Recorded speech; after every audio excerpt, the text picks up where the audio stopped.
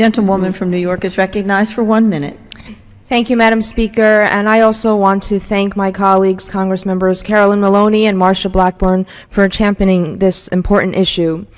I rise in support of H.R. 863 to establish the Commission to study the potential creation of a National Women's History Museum.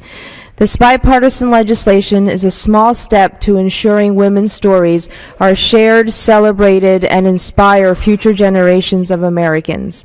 Unfortunately, women's stories and accomplishments have consistently been forgotten or presented only as a footnote. Despite the great strides women have made in America, we are still underrepresented in essential sectors such as business, government, and the critical fields of science, technology, engineering, and mathematics. Research has demonstrated that one of the factors limiting success for women and minorities is the lack of both celebrated specific role models and overall restricted representation.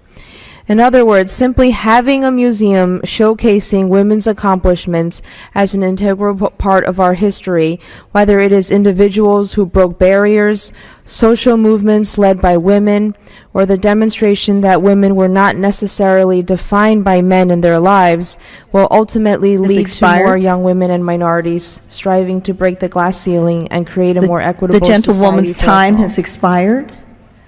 I grant 30 additional seconds. The gentlelady is recognized for an additional 30 seconds. The National Women's History Museum already hosts online exhibits, but a building complete with permanent access to resources would allow for further research and increased access for our citizens. This legislation allows for the creation of a commission to study the feasibility of creating a permanent museum and prohibits federal funds from being used for this project.